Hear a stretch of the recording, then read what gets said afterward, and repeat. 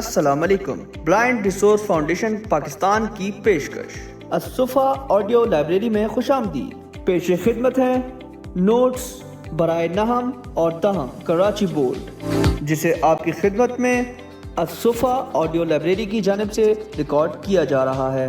مزید نوٹس اور کتب کے لیے ہمارے یوٹیوب چینل الصفا آڈیو لائبریری کو سبسکرائب کریں یا وزٹ کریں ہماری ویب سائٹ www.brfpakistan.org۔ ہمارا رابطہ نمبر ہے 0300-111-2737۔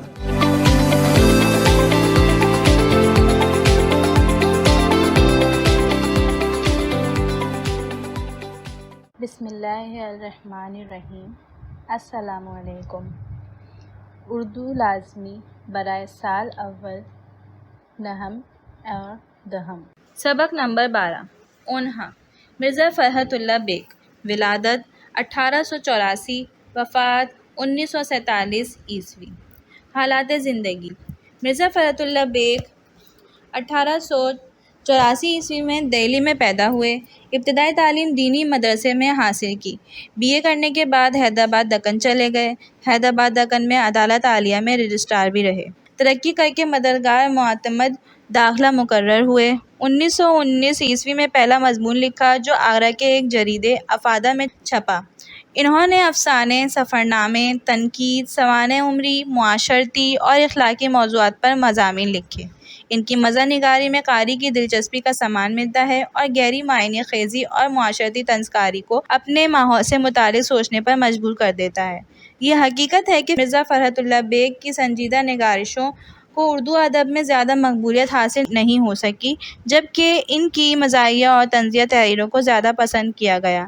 ان کے مضامین میں 7 جلدیں چھپی ہیں۔ تصانیف: مضامین میں فرحت، 5 مجموعے، جس میں ڈاکٹر نذیر احمد کی کہانی، کچھ ان کی کچھ میری زبانی، بہادر شاہ اور پھلوں والوں کی سیر، دلی کا یادگار معاشرہ، نانی اشو اور ایک وصیت کی تعمیل وغیرہ بہت مشہور ہوئے۔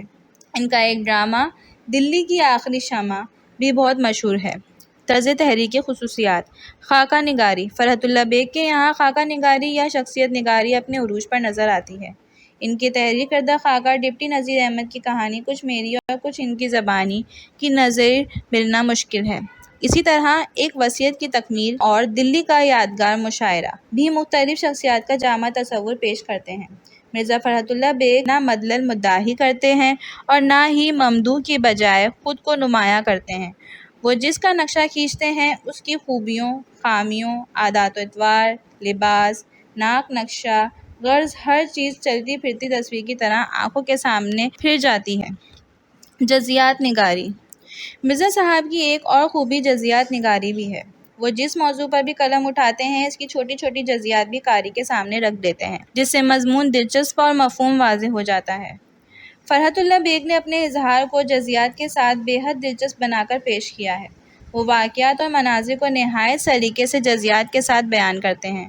آپ کسی بھی منظر کے حصے اور اس خوبصورتی سے ملاتے ہیں کہ تحریر کا لطف دوبالا ہو جاتا ہے۔ آپ چھوٹی چھوٹی باتوں کو بھی بڑی وضاحت سے اپنے پڑھنے والے کے سامنے پیش کرتے ہیں، جس سے مضمون میں طوالت تو آتی ہے مگر دلچسپ اور مفہوم واضح ہو جاتا ہے۔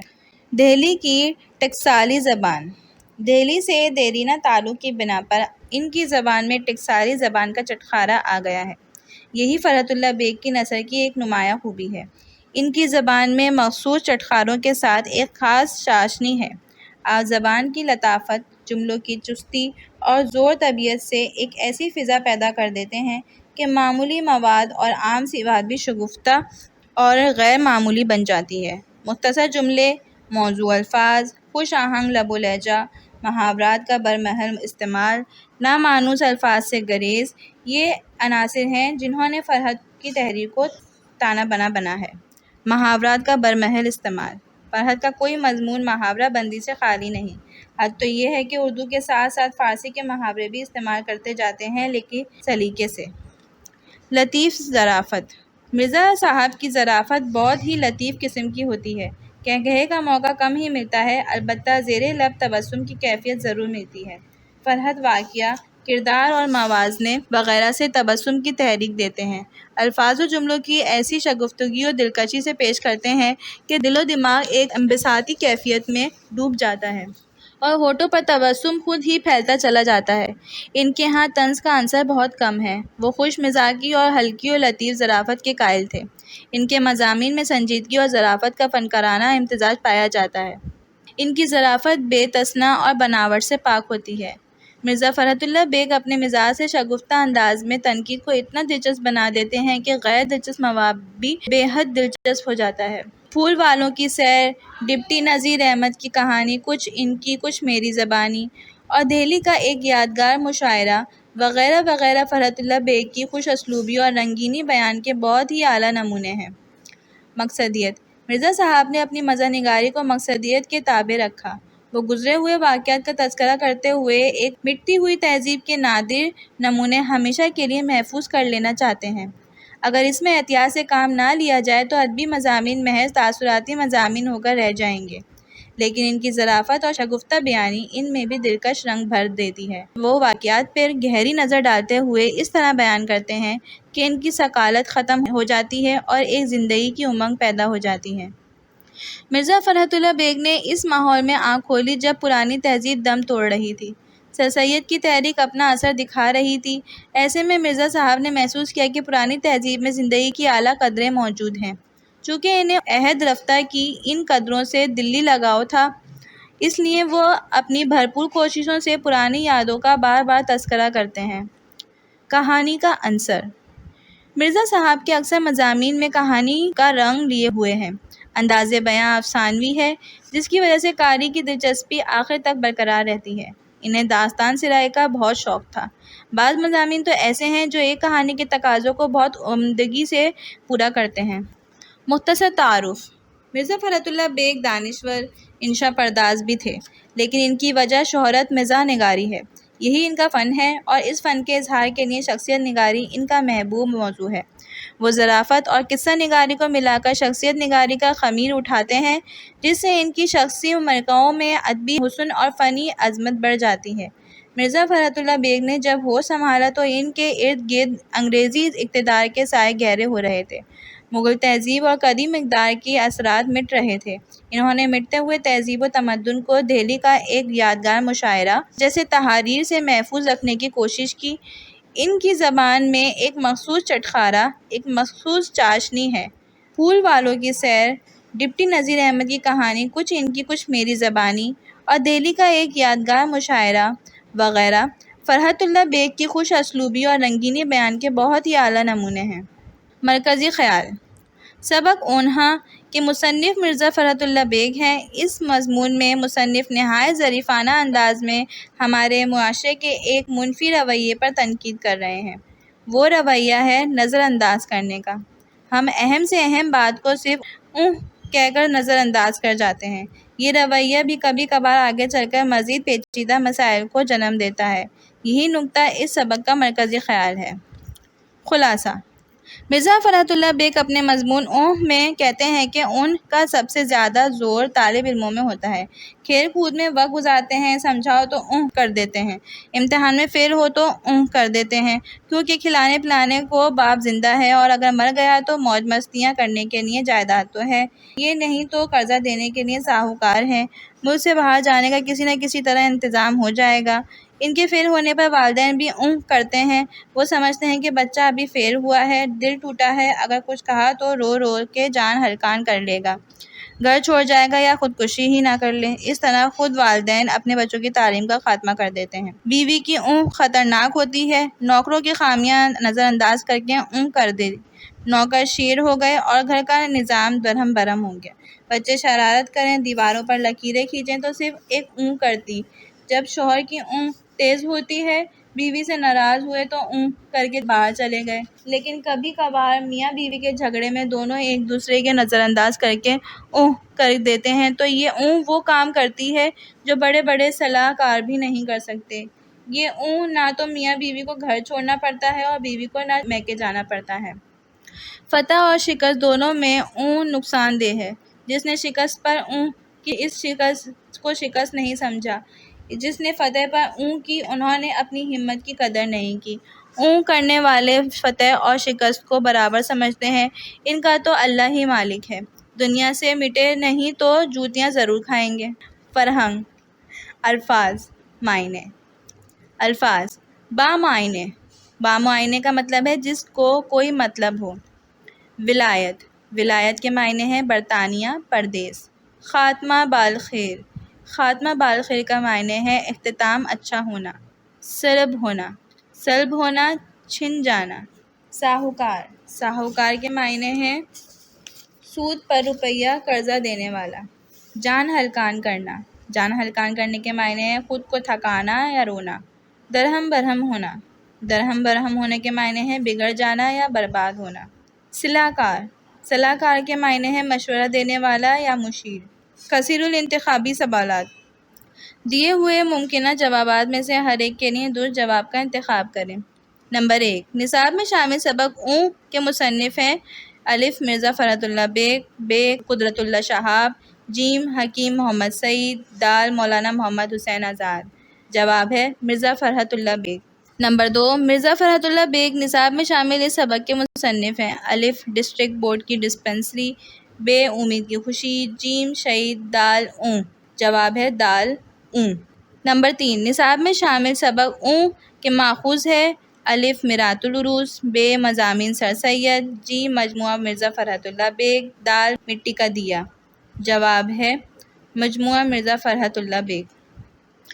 نمبر 4، نصاب میں شامل سبق اوں مجموعہ مرزا فرحت اللہ بیگ کی اس جلد سے ماخوذ ہے الف جلد اول، ب جلد دوم، جیم جلد سوم، دال جلد چہارم۔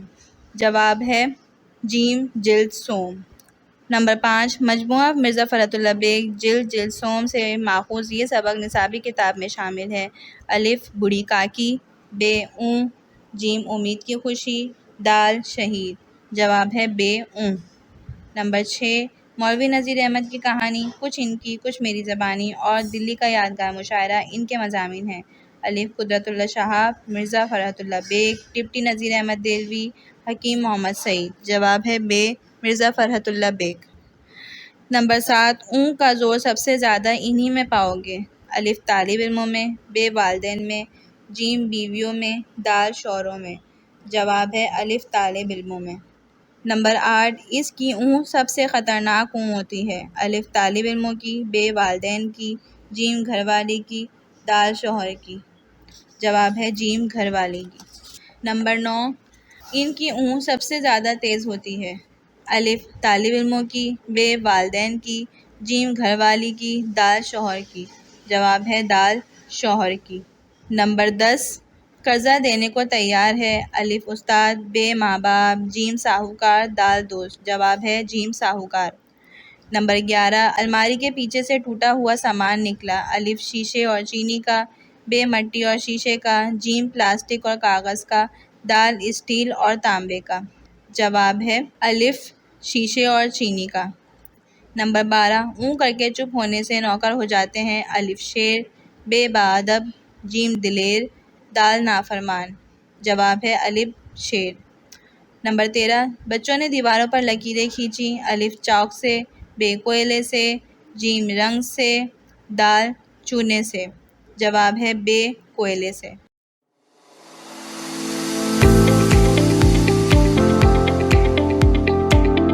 السلام علیکم۔ بلائنڈ ریسورس فاؤنڈیشن پاکستان کی پیشکش الصفا آڈیو لائبریری میں خوش آمدید۔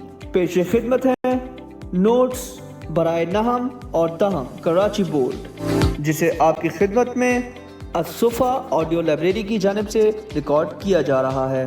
مزید نوٹس اور کتب کے لیے ہمارے یوٹیوب چینل الصفا آڈیو لائبریری کو سبسکرائب کریں یا وزٹ کریں ہماری ویب سائٹ www.brfpakistan.org۔ ہمارا رابطہ نمبر ہے 0300-111-2737۔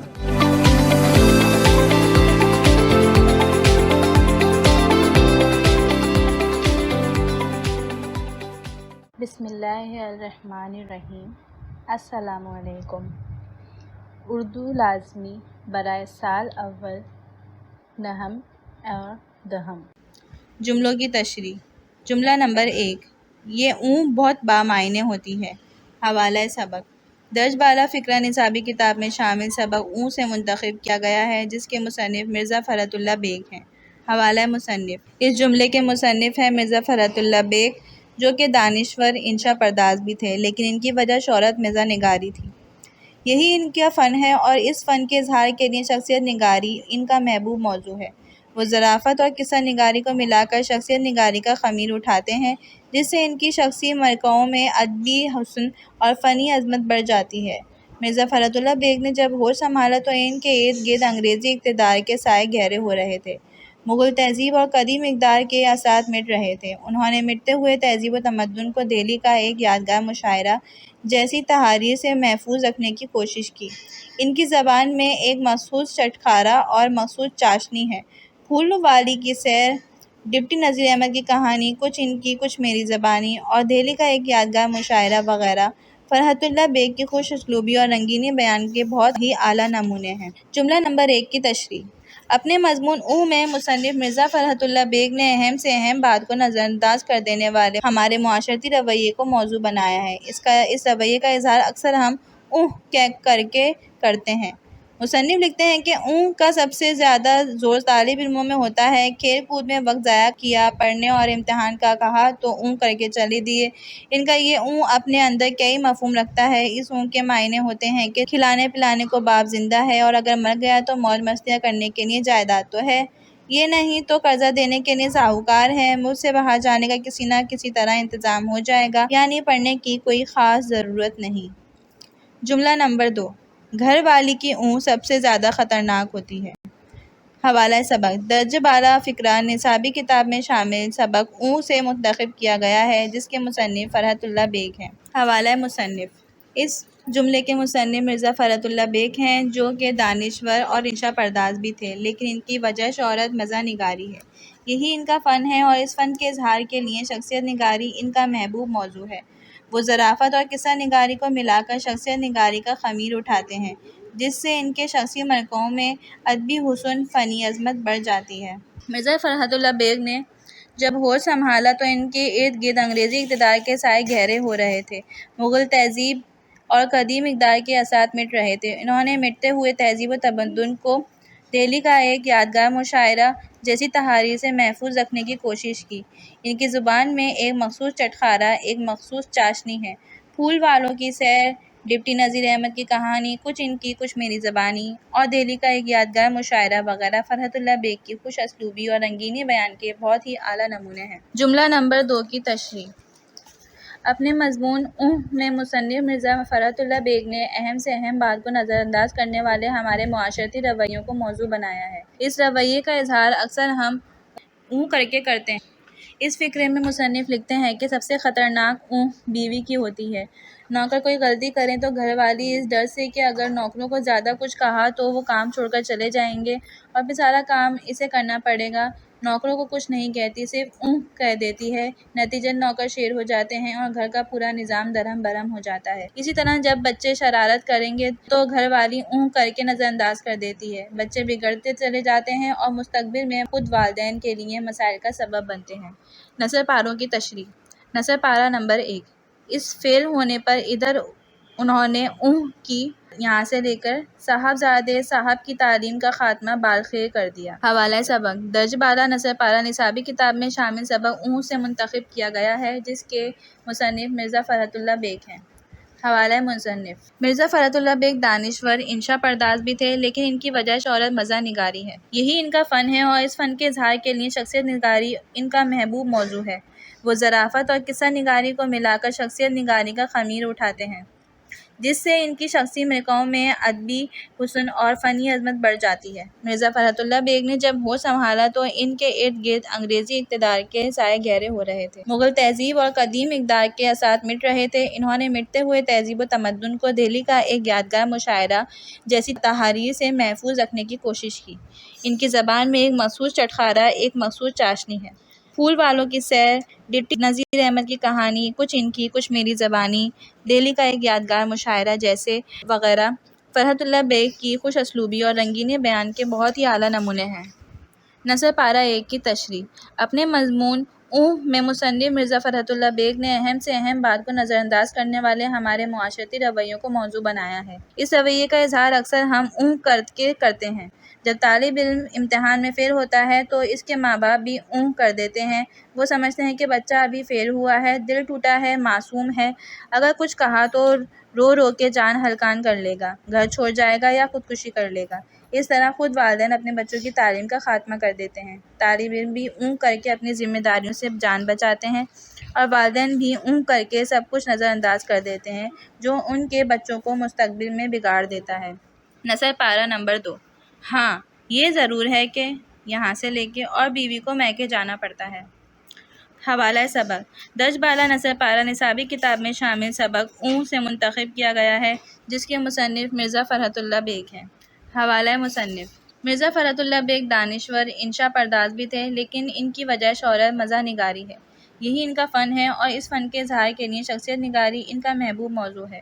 وہ ظرافت اور قصہ نگاری کو ملا کر شخصیت نگاری کا خمیرہ اٹھاتے ہیں، جس سے ان کی شخصی مرکوں میں ادبی حسن اور فنی عظمت بڑھ جاتی ہے۔ مرزا فرحت اللہ بیگ نے جب ہوش سنبھالا تو ان کے ارد گرد انگریزی اقتدار کے سائے گہرے ہو رہے تھے، مغل تہذیب اور قدیم اقدار کے اثرات مٹ رہے تھے۔ انہوں نے مٹتے ہوئے تہذیب و تمدن کو دہلی کا ایک یادگار مشاعرہ جیسی تحاریر سے محفوظ رکھنے کی کوشش کی۔ ان کی زبان میں مخصوص چٹخارہ ایک مخصوص چاشنی ہے۔ پھول والوں کی سیر، ڈپٹی نذیر احمد کی کہانی، کچھ ان کی کچھ میری زبانی اور دہلی کا ایک یادگار مشاعرہ وغیرہ فرحت اللہ بیگ کی خوش اسلوبی اور رنگینی بیان کے بہت ہی اعلیٰ نمونے ہیں۔ نثر پارہ 2 کی تشریح۔ اپنے مضمون میں مصنف مرزا فرحت اللہ بیگ نے اہم سے اہم بات کو نظر انداز کرنے والے ہمارے معاشرتی رویے کو موضوع بنایا ہے۔ اس رویے کا اظہار اکثر ہم کر کے کرتے ہیں۔ مصنف اس اقتباس میں بیان کرتے ہیں کہ کبھی کبھار میاں بیوی کے جھگڑے میں دونوں ایک دوسرے کو نظر انداز کر کے کر دیتے ہیں تو یہ وہ کام کرتی ہے جو بڑے بڑے صلاح کار بھی نہیں کر سکتے۔ یعنی دونوں ایک دوسرے کو نظر انداز کر کے کر دی، جس سے مزید بحث و مباحثہ اور جھگڑا رک گیا اور بات ختم ہو گئی۔ لیکن اگر یہ نہ ہوتی تو تکرار جاری رہتی، بحث ہوتی رہتی، جس کا نتیجہ عموماً یہ نکلتا کہ میاں کو گھر چھوڑنا پڑتا اور بیوی کو میکے جانا پڑتا۔ یوں یہ کبھی کبھار فائدہ مند بھی ہو جاتی ہے، میاں بیوی کے رشتے کو ٹوٹنے سے بچا لیتی ہے۔ نثر پارہ نمبر 3۔ ہر معاملے میں 2 ہی صورتیں ہیں، یہاں سے لے کے تو کم از کم جوتیاں ہمیشہ ضرور کھائیں گے۔ حوالہ سبق۔ درج بالا نثر پارہ نصابی کتاب میں شامل سبق سے منتخب کیا گیا ہے جس کے مصنف مرزا فرحت اللہ بیگ ہیں۔ حوالہ مصنف۔ مرزا فرحت اللہ بیگ دانشور انشا پرداز بھی تھے، لیکن ان کی وجہ شہرت مزاح نگاری ہے۔ یہی ان کا فن ہے اور اس فن کے اظہار کے لیے شخصیت نگاری ان کا محبوب موضوع ہے۔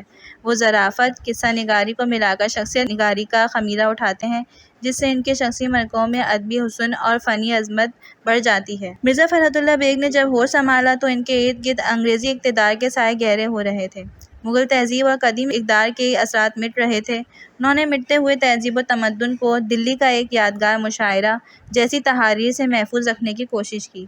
ان کی زبان میں ایک مخصوص چٹخارہ اور مخصوص چاشنی ہے۔ پھول والوں کی سیر، ڈپٹی نذیر احمد کی کہانی، کچھ ان کی کچھ میری زبانی اور دہلی کا ایک یادگار مشاعرہ فرحت اللہ بیگ کی خوش اسلوبی اور رنگینی بیان کے بہت ہی اعلیٰ نمونے ہیں۔ نثر پارہ نمبر 3 کی تشریح۔ اپنے مضمون میں مصنف مرزا فرحت اللہ بیگ نے اہم سے اہم بات کو نظر انداز کر دینے والے ہمارے معاشرتی رویوں کو موضوع بنایا ہے۔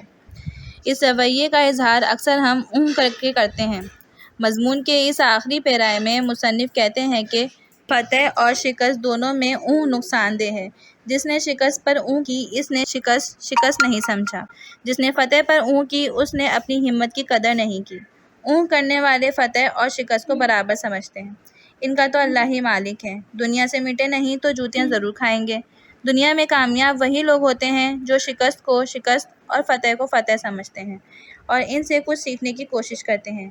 لہٰذا مصنف کے خیال میں ہمیں اپنے رویوں پر غور کرنا چاہیے اور صرف کہہ کر نظر انداز کرنے والے رویے کو ترک کرنا چاہیے۔ نصابی کتاب کے مشقی سوالات۔ سوال نمبر 1۔ درج ذیل سوالوں کے جواب دیجیے۔ الف، طالب علموں کے کرنے کی وجوہات تحریر کریں۔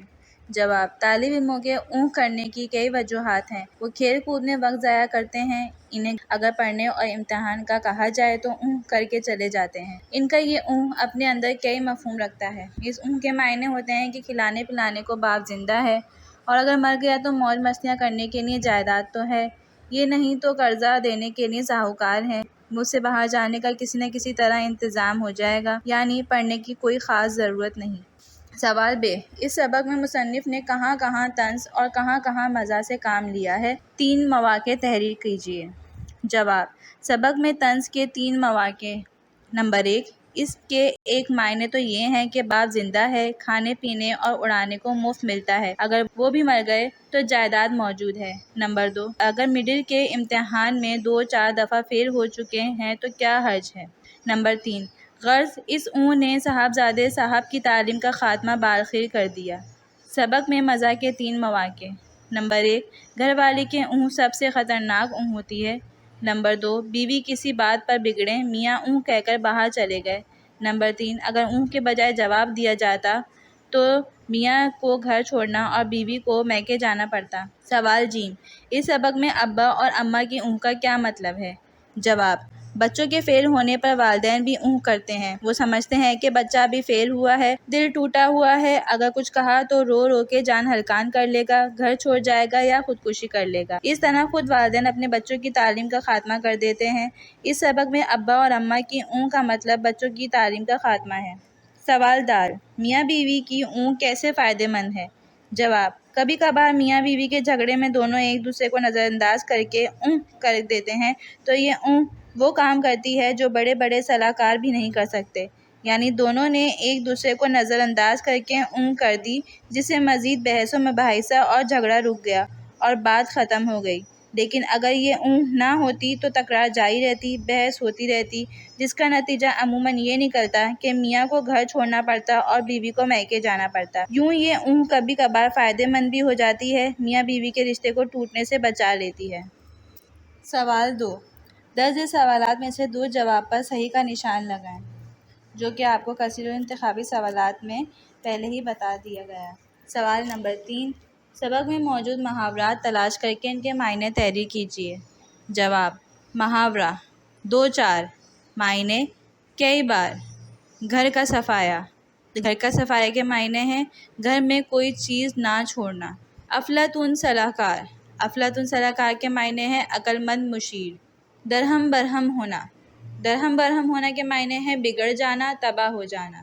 کیڑے مکوڑے بنائیں۔ کیڑے مکوڑے بنانے کے معنی ہیں آڑی ترچھی لکیریں بنانا۔ جوتیاں کھانا۔ جوتیاں کھانا کے معنی ہیں دھکے کھانا، مصائب برداشت کرنا۔ مندرجہ ذیل الفاظ میں سے سابقے اور لاحقے الگ الگ کر کے لکھیے۔ الفاظ: بد نصیب، سابقہ بد۔ الفاظ: بد قسمت، سابقہ بد۔ الفاظ: لا علاج، سابقہ لا۔ الفاظ اور لاحقے: داغدار، داغدار کے لاحقہ ہے دار۔ پائیدار، پائیدار کے لاحقے ہیں دار۔ شکر گزار، شکر گزار کے لاحقے ہیں گزار۔ سوال نمبر 5، درج ذیل عبارت کا مفہوم ما سیاق و سباق تحریر کیجیے۔ ہر معاملے کی 2 ہی صورتیں ہیں، فتح یا شکست، اور دونوں صورتوں میں اونگ نقصان دہ ثابت ہوتی ہے۔ شکست پر جس نے اونگ کی اس نے گویا شکست کو شکست نہ سمجھا، جس نے فتح پر اونگ کی اس نے گویا اپنی ہمت کی قدر نہیں کی۔ وہ آج نہیں ڈوبا تو کل ڈوبے گا۔ دنیا میں وہی لوگ کچھ کر سکتے ہیں جو فتح کو فتح اور شکست کو شکست سمجھیں۔ جواب: درج بالا، عبادت کا مفہوم اور سیاق و سباق۔ اپنے مضمون اونگ میں مصنف مرزا فرحت اللہ بیگ نے اہم سے اہم بات کو نظر انداز کر دینے والے ہمارے معاشرتی رویے کو موضوع بنایا ہے۔ اس رویے کا اظہار اکثر ہم اونگ کر کے کرتے ہیں۔ مضمون کے اس آخری پیرے میں مصنف کہتے ہیں کہ فتح اور شکست دونوں میں اونگ نقصان دہ ہے۔ جس نے شکست پر اونگ کی اس نے شکست کو شکست نہیں سمجھا، جس نے فتح پر اونگ کی انہوں نے اپنی ہمت کی قدر نہیں کی۔ اونگ کرنے والے فتح اور شکست کو برابر سمجھتے ہیں، ان کا تو اللہ ہی مالک ہے۔ دنیا سے مٹے نہیں تو جوتیاں ضرور کھائیں گے۔ دنیا میں کامیاب وہی لوگ ہوتے ہیں جو شکست کو شکست اور فتح کو فتح سمجھتے ہیں اور ان سے کچھ سیکھنے کی کوشش کرتے ہیں۔ لہٰذا مصنف کے خیال میں ہمیں اپنے رویوں پر غور کرنا چاہیے اور صرف اون کہہ کر نظر انداز کرنے والے رویے کو ترک کرنا چاہیے۔ حصہ نثر سفر نامہ۔ سفر نامہ کی تعریف: وہ باتیں جو ایک سیاح کو اپنے سفر کے دوران محسوس ہوتی ہیں اور مختلف ہونے کے ساتھ دلچسپ اور حیرت انگیز نظر آتی ہیں، وہ انہیں اپنے ہم وطنوں کے لیے قلم بند کر لیتا ہے، اسے سفر نامہ کہتے ہیں۔